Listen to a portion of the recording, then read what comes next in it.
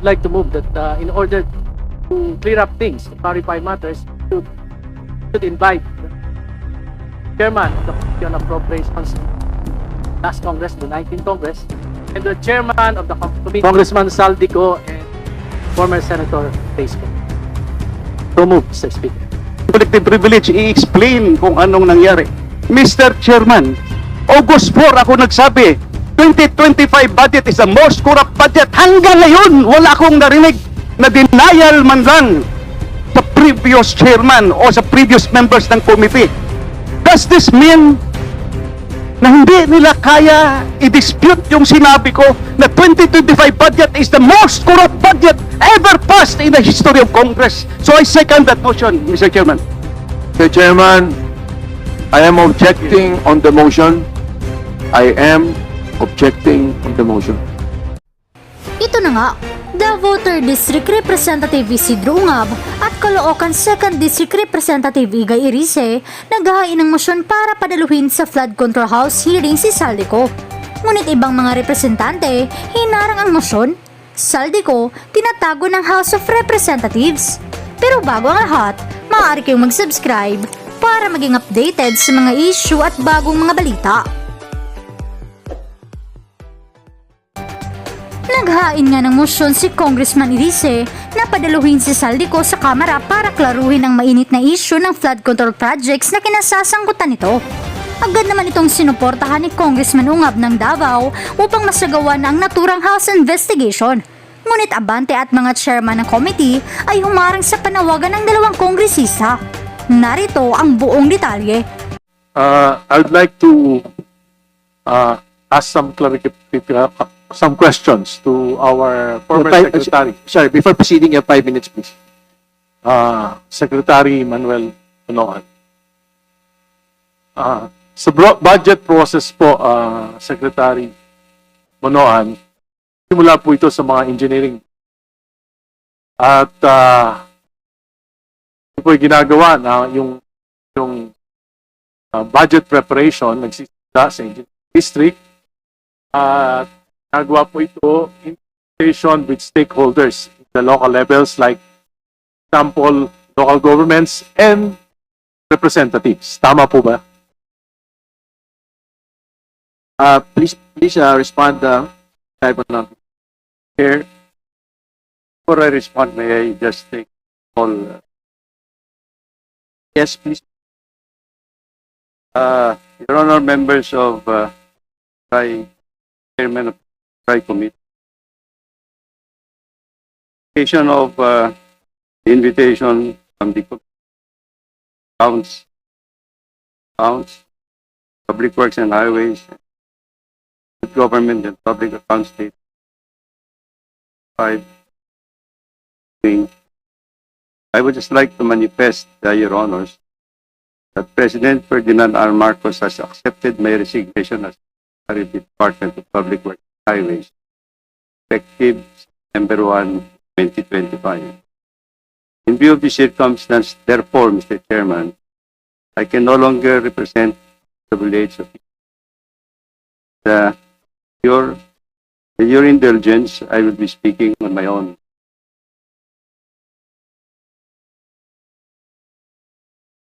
Thank you for your manifestation, Secretary Punoan.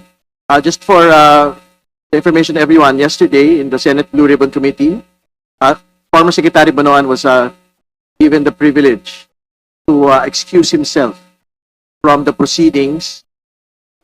Is it the wisdom of the body to excuse Secretary Punoan from the proceedings?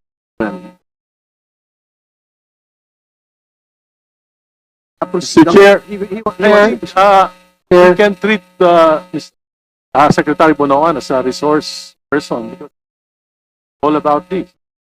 Alright, sige po. So nagsisimula po ito sa engineering district.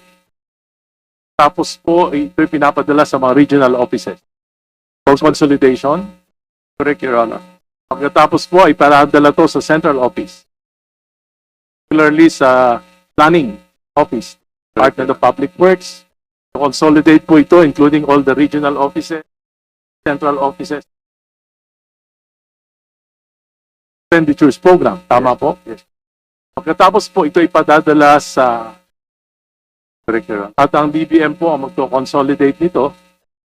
Ito po ay papasa sa Office of the President at aprobahan ng Gabinete. Tama po yun. Dito po nabubuo yung National Expenditure Program. Tama po yun. Pagkatapos po, ito po ay ipidadala sa Kongreso, House of Representatives. Tama po. Tama po yun. At ito po ay magiging General Appropriations Bill. Tama Ungab. po yun. At magkakaroon po ng mga hearings at magkakaroon po ng amendments. Errata. Tama po. No? Tama po Kaya, yun. based on consultation with representatives, consultation with the Committee on Appropriations. Tama po yun. Tama po yun. At pagkatapos po, ito ay aprubahan, second reading. At dito na po magtatapos ang papel ng Department of Public Works at ng DBM. Tama po. Tama po, Your Honor. Sa House of Representatives. Pagkatapos po, pag na-aproba ng sa second reading, meron pong small committee appropriations para po pag-aralan yung mga individual amendments ng mga representative. Tama po ba sa inyong pagkakaalam? Tama po, Your Honor. Pagka ito po ay na-aprobahan on second and third reading, ito po ay padadala sa Senado. Tama po. Magkakaroon po tayo ng BICAM. At yung BICAM po ang finalized ano ba mga amendments na pag-aagrihan ng both Representative, House of Representatives and the Senate. Tama po. Your Honor. 2020, 2024 at 2025 budget. Karoon po ng malaking babago mula sa budget ng WH na isabit nyo sa Kongreso. Tama po ba yan? Tama po, Your Honor. Ano po patatandaan nyo po? Gaano po kalaki yung mga pagbabago na ito? O, dito na lang po tayo mag-concentrate. 2025 budget. Magkano po yung pinopose nyo at magkano yung naaprubahan ng budget? Ang natatandaan ko po, Your Honor, the General Expenditure Program ng Gates for 5 was 900 billion. What came out of the General Appropriation Act is 1.08 billion. Meaning, gaano po kalaki yung nadagdag? 1.088 trillion euro. Gaano po kalaki ang nadagdag? The dagdag is 180 billion euro. At sa nadagdag po na 188 billion, ito po yung mga infrastructure projects. Tama po. That's correct. Sa pagkakaalam nyo, saan kumuha ng mga program of works at paano nakapagdagdag ang House of Representatives at ang Senate ito sa mga galing po ba ito sa DPWH, yung mga programa na ito? Yan ay hindi maliwanag po, Your Honor. So ito po ay ginawa ng BICAM without your knowledge.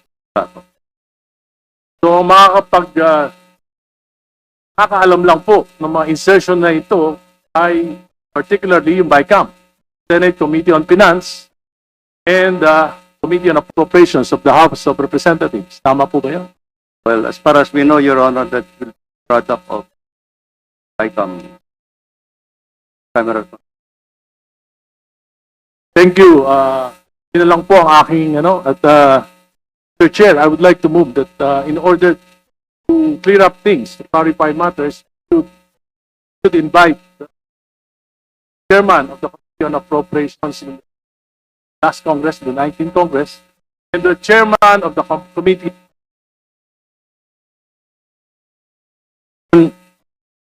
Congressman Zaldy and former Senator Erice. So move, Mr. Speaker. Second. Mr. Chair. Mr. Chairman. Before Secretary Bonoan leaves, I would like to ask a question. I'm supposed to ask this question. Wait. So, excuse me. Yes, Your Honor. There's a motion po. Yun ba, motion? I seconded the motion. I thought it was already. But I don't think Secretary Bonoan will leave as yet. Ay, thank you. Thank you. I seconded the motion of the Honorable Erice, Your Honor.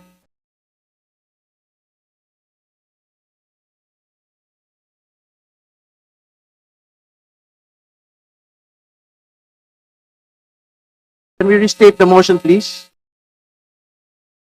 Mr. Chair, I move to that this committee invite chairman of the Committee on Appropriation, chairman of the last Congress, the 19th Congress, para malaman po natin kung paano, ano yung talagang storya, bakit nadagdagan na may 100 bilyon at saan nila kinuha yung mga programa na yon na idinagdag sa pantalang sinasabi po Secretary Bonoan na hindi naman po sila yung nagbigay ng mga programa na ito. Alam niyo po, especially on flood control projects, kung malalaking proyekto ito, dapat po mayroong environmental compliance certificate. So, mahalaga na malaman natin saan galing ito. So, ang nakakaalam lang po yun dito, former senator po at si Congressman Zaldy sapagkat yung mismong pagpoproseso ng mga insertions na ito ay nanggaling sa kanilang mga tanggapan. And I'm sure, yung mga opisina nila, yung staff nila, nila nakakaalam dahil sila yung nagproseso itong mga insertions. Mr. Chairman, I seconded I would like motion. to, I would like to second, yes or no? May I? I would like to second the motion. I would like to explain why. You know, last August 4, I delivered a privileged speech questioning the, I think, mangled beyond recognition 2025 budget. And I was very specific on the automatic appropriations. Almost ang daming ginalaw. So hindi lang yung program appropriation, new general appropriations ang ginalaw pa yung program. In fact, towards my ending statement, I have said the 2025 budget is the most corrupt budget ever passed in the history of Congress. Sinabi ko yan. You know what? Nung araw sa time namin, pag may nag-mention sa previous budget, yung former chairman, tatayo kagad yan sa plenary. Magsasalita, question of privilege, individual and collective privilege, i-explain kung anong nangyari. Mr. Chairman, August 4 ako nagsabi, 2025 budget is the most corrupt budget. Hanggang ngayon, wala akong narinig na denial man lang sa previous chairman o sa previous members ng committee. Does this mean na hindi nila kaya i-dispute yung sinabi ko na 2025 budget is the most corrupt budget ever passed in the history of Congress? So I second that motion, Mr. Chairman. Mr. Chairman, I am objecting on the motion. I am objecting on the motion. Chairman, I would like to know the reason why, because I would like to find out if we're going to invite them here, are they resource speakers or they are members of the House of Representatives? Are we going to ask them questions? Are they going to answer it? We'd like to find out. Mr. Chair, distinguished colleagues, mga manggagawa at ordinaryong Pilipino na nanonood ng umaga po. Mga kontraktor naman, mga opisyal at mga politikong sangkot sa mga maanumalya at ghost projects, wala ho kaming ibang hangad, kundi gumulong ang inyong mga ulo at kayo ay mapanagot at makulong. Just last July, Mr. Chair, we saw families in Malabon, Bulacan, Pampanga, and Laguna wading chest deep in flood waters. Children could not go to school, workers could not report to their jobs, and families lost everything they had built. Just as we thought na tapos na ang paghihirap ng ating mga kababayan, noong mga nakaraang araw lang, nilubog na naman ng baha ang iba't ibang lugar sa Metro Manila, lalo na sa Quezon City. This is the lived, recurring reality of millions. I speak today, Mr. Chair, to enjoin the House to act expediently on a matter of grave importance. the repeated failures and anomalies that plague our country's flood control programs and initiatives. Taon-taon at trilyong pisong halaga ng kapalpakan at katiwalian ang ating pinag-uusapan.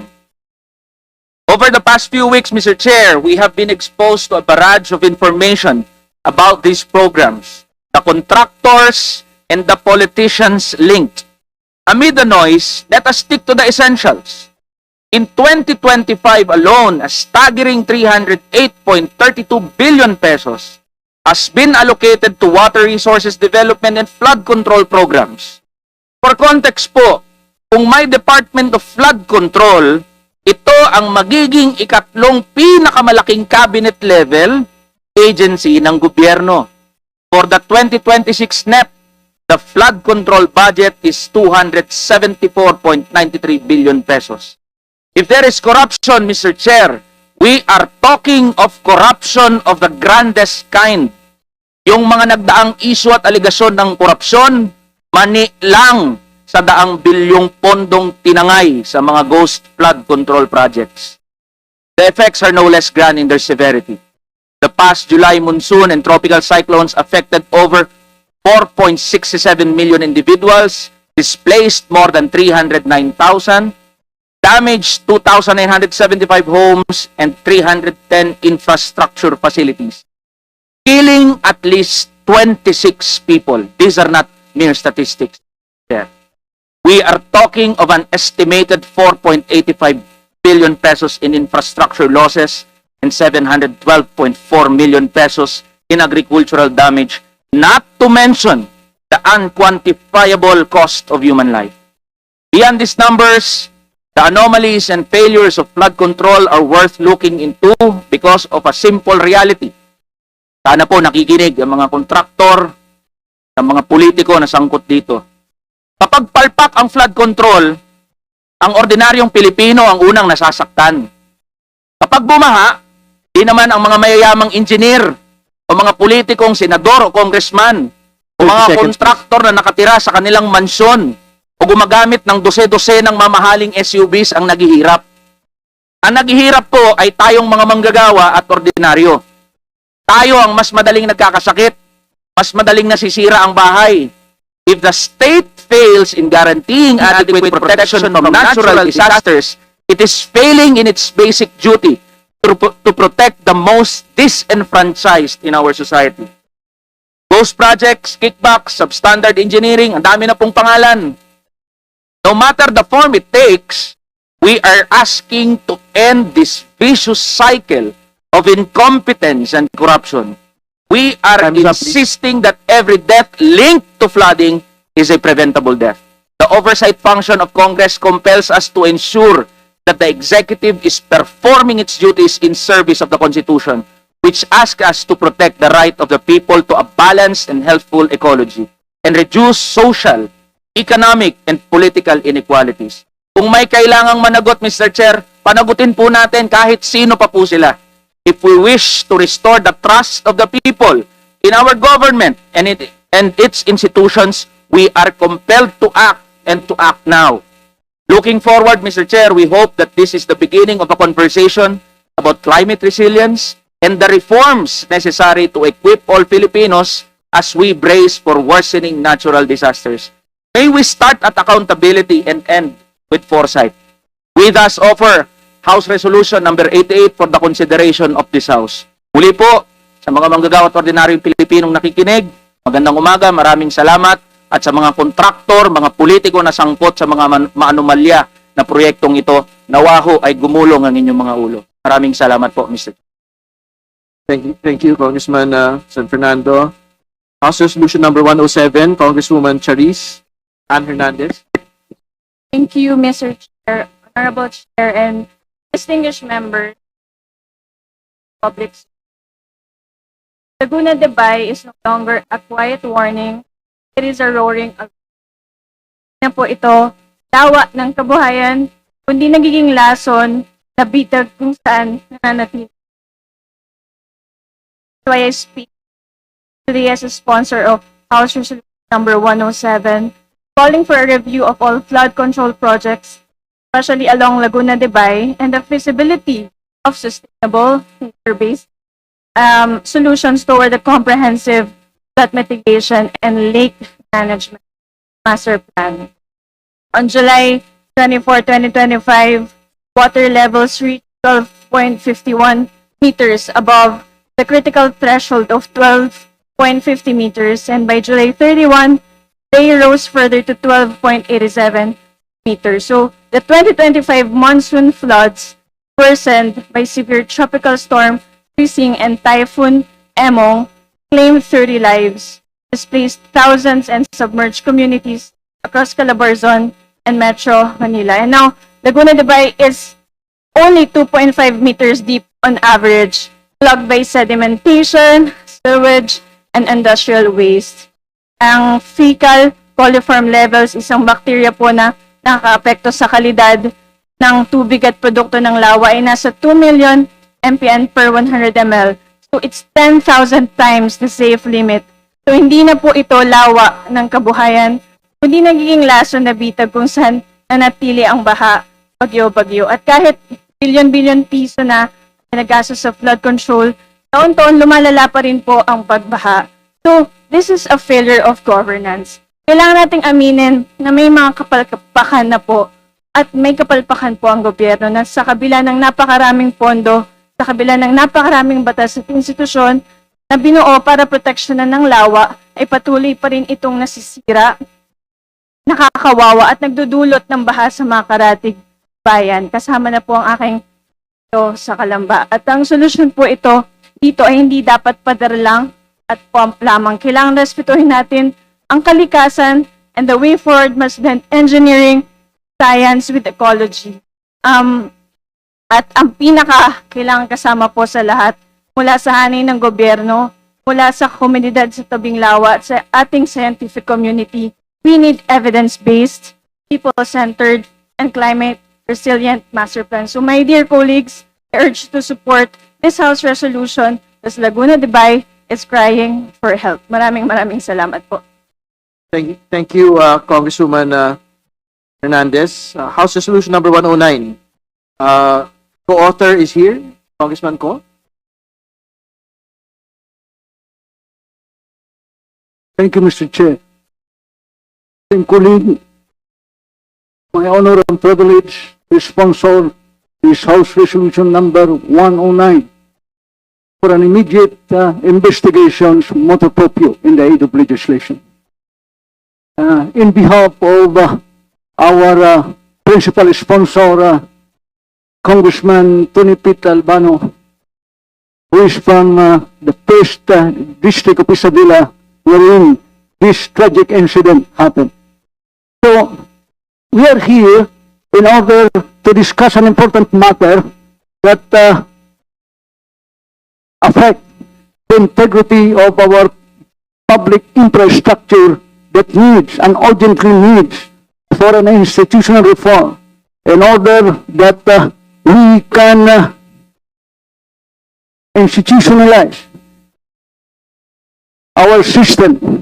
So, we are to witness to those collapsed bridges on several places of our countryside, like Kabiga of Baliti, Batangas, those Pantili of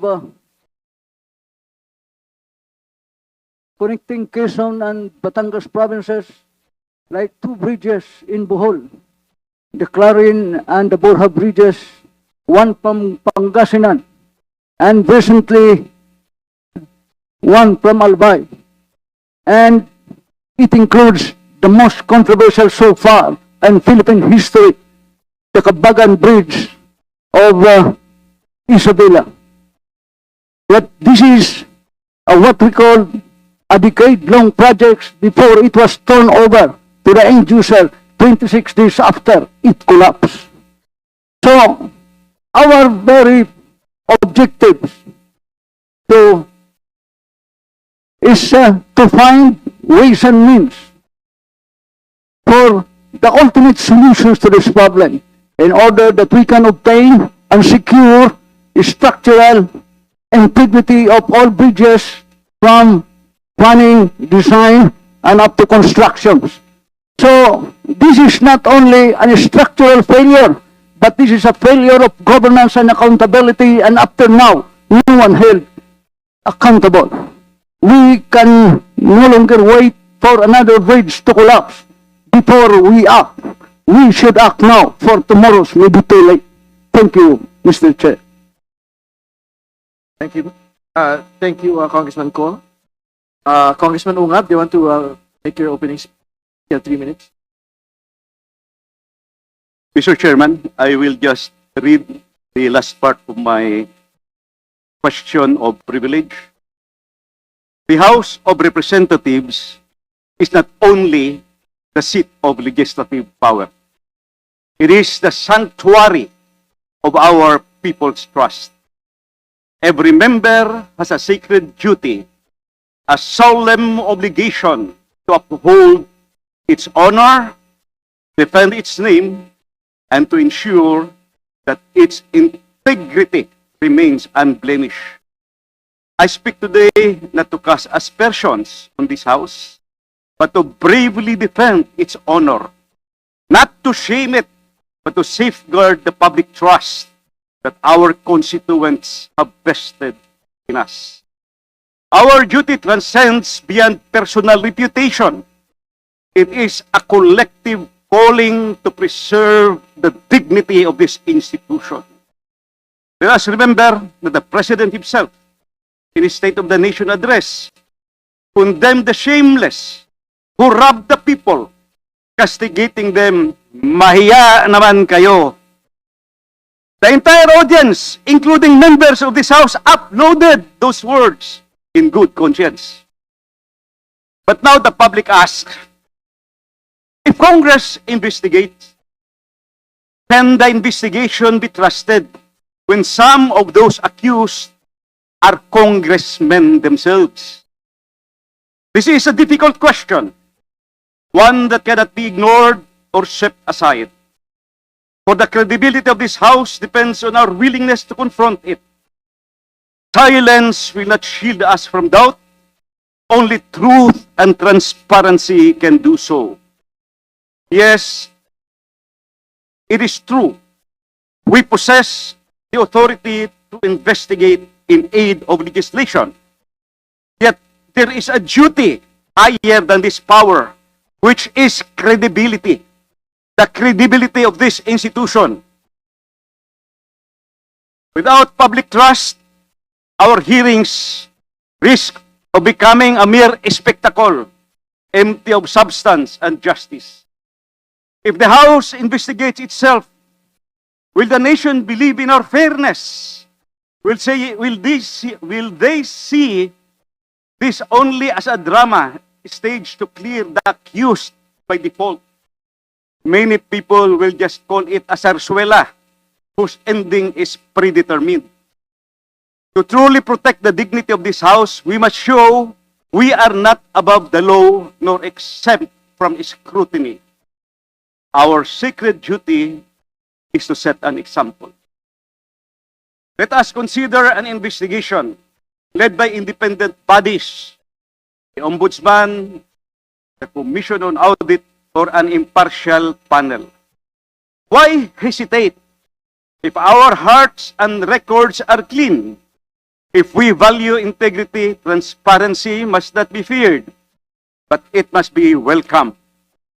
We can go further, establish a credible anti-corruption body, modeled after Hong Kong's Independent Commission Against Corruption and Singapore's Corrupt Practices Investigation Bureau, empowered to investigate these allegations without taint of political interest.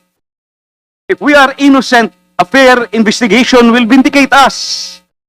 If any are guilty, justice must be done unflinchingly without regard to rank or status. My dear colleagues, no single member's reputation can outweigh the collective honor of this House and the sacred trust of our people. Integrity is not safeguarded by words or pageantry. It is demonstrated by decisive and principled action. Let us show the Filipino people that we fear no truth, 20 seconds, please. that we are ready to cleanse our ranks if called for. Each of us is entrusted with a sacred duty to ensure that the House of Representatives remain a true pillar of integrity in our democracy. Because at the end of the day, it is not merely the honor of a few that is at stake, but the honor of this entire House and above all, the trust and confidence of the Filipino people. Let us keep always in mind that the truth will come out as it must. So let us be sure that when it does, we are ready, unafraid, and worthy of the trust we hold. Thank you, Mr. Chairman.